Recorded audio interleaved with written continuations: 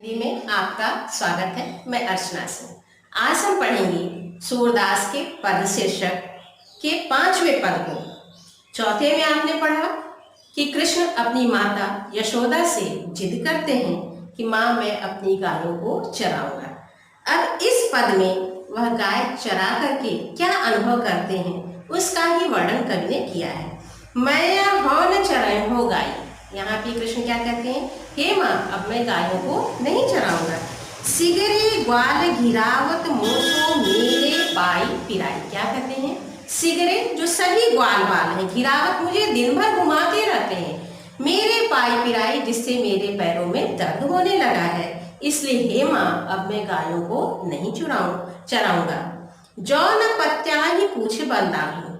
और बच्चे क्या करते हैं, अगर उनकी बात पे कोई विश्वास नहीं करता है तो विश्वास दिलाने के लिए सौगंध दिलाने की बात करते हैं। तो यहाँ पे कृष्ण भी क्या कहते हैं, जो न प्रत्याही, यदि आपको मेरी बात पे विश्वास नहीं है, पूछ बलदानी, तो आप बलदेव से पूछ लीजिए। कैसे, अपनी सौम दिवाई, अपनी सौगंध दिला करके। हे माँ अगर आपको लगता है कि मैं झूठ बोल रहा हूँ तो आप अपनी सौगंध दिला करके बलदेव से पूछ लीजिए। यह सुनी माई जसोदा ग्वारी गारी देती रिसाई। कवि क्या कह रहे हैं, जब माता यशोदा यह सुनती हैं कि ग्वाल बाल कृष्ण को घुमाते हैं तो वह क्रोधित हो जाती हैं और सभी ग्वालिनों को गाली देने लगती हैं, अपशब्द कहने लगती हैं, भला बुरा कहती हैं। मैं पठवत अपनी लड़का को आवे मन बहराई। क्या कहती माता यशोदा कि मैं गायों को चराने के लिए नहीं, मैं अपने लड़के को तो मन बहलाने के लिए, पठवत मतलब भेजती हूँ, और वहाँ ये सभी ग्वाल बाल उन्हें घुमाते हैं। यहाँ भी वात्सल्य रस है और यहाँ पे एक माता और पुत्र के प्रेम का बहुत ही सजीव चित्रण कवि ने किया है और भाषा सूरदासी की ब्रज भाषा है। अब आइए देखते हैं अगले पद में क्या वर्णन कवि कर रहे हैं। उसकी एक लाइन अभी रह गई है, सूर श्याम मेरो अति बालक मारत ताहि लगाए। क्या कहती हैं कि मैं तो अपने बालक को केवल मन बहलाने के लिए भेजती हूँ, लेकिन ये जो ग्वाल बाल हैं ये सभी मेरे लड़के को मारते हैं, उसे चिढ़ाते हैं। अब आइए 6वें पद को देखते हैं। इसमें कवि ने किस तरह से बच्चों में एक दूसरे के खिलौने के प्रति भावना होती है, उसी भावना का वर्णन कवि कर रहे हैं। क्या कहते हैं, सखीरी मुरली लीजिए चुनी। कृष्ण हमेशा अपनी मुरली को अपने साथ रखते हैं, इसलिए क्या कहते हैं कि हे सखी, इन कृष्ण की मुरली को ही हम छिपा देते हैं। जिन गोपाल की ही अपने बस प्रीत सबन की तोड़। जिस मुरली ने गोपाल को, कृष्ण को अपने वश में कर लिया है, जिस मुरली को कृष्ण अपने से बिल्कुल नहीं छोड़ते और जो हम सबके प्रति प्रेम है, उस प्रेम को इस मुरली ने कम कर दिया है, इसलिए इस मुरली को ही छिपा देते हैं। छिन एक घर भीतर। क्या कहती हैं कि एक क्षण के लिए वह घर में हो या बाहर हो, निशिवासर रात हो या दिन हो, धरत न कबहू छोड़, एक क्षण के लिए भी उस बांसुरी को अपने से अलग नहीं करते हैं।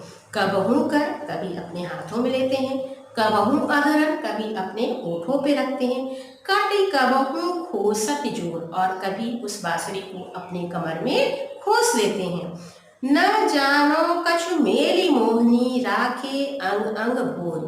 क्या कहती हैं कि ऐसा लगता है जैसे यह जो बांसुरी है कुछ मोहिनी जानती है, कुछ जादू जानती है, जिसके कारण इस बांसुरी ने कृष्ण के अंग अंग को अपने बस में कर लिया है। चाहे उनके हाथ हो, उनके ओठ हो, उनकी कमर हो, सब पर इस बांसुरी का ही राज है। सूरदास प्रभु कोमल सजनी बाध्यो राग की रो। सूरदास ही कहते हैं कि राधा क्या कहती हैं कि हे सखी, ऐसा लगता है कि इस प्रभु के मन को इस बांसुरी ने प्रेम की डोरी में बांध रखा है। प्रेम की डोरी में बांधने का मतलब यह बांसुरी हमेशा कृष्ण के साथ रहती है, कृष्ण इस बांसुरी से प्रेम करते हैं। यहाँ पे क्या है, बाल ईर्ष्या का वर्णन है, ब्रजभाषा है और अनुप्रास अलंकार है। अब आइए अगले में देखते हैं, अगले पद में कवि क्या वर्णन कर रहे हैं। ऊदो मोहि ब्रज विसरत नाही। कृष्ण ब्रज को छोड़ करके मथुरा आ गए हैं और वहाँ बैठे हुए उद्धव अपने मित्र कृष्ण के मित्र हैं। उनसे अपने मन की बात करते क्या कहते हैं, उद्धव मोहि ब्रज बिसरत नाही। हे उद्धव, मैं ब्रज को भुलाना चाहता हूँ लेकिन ब्रज को भूल नहीं पाता।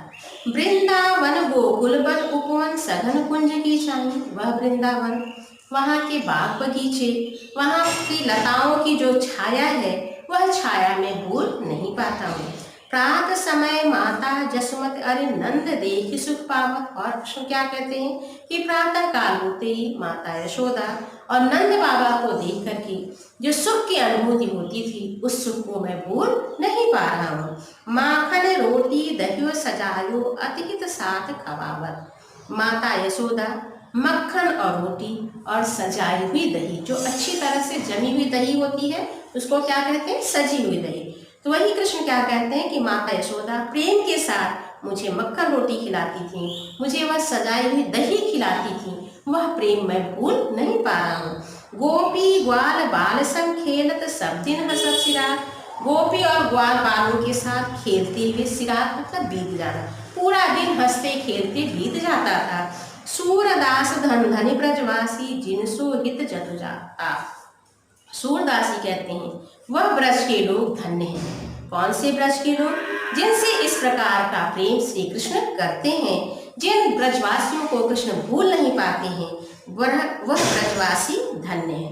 यहाँ भी श्री कृष्ण का ब्रजवासियों के प्रति प्रेम का वर्णन कवि ने किया है, और अनुप्रास अलंकार है, धन धन में पुनरुक्ति अलंकार है, और भाषा ब्रज भाषा है।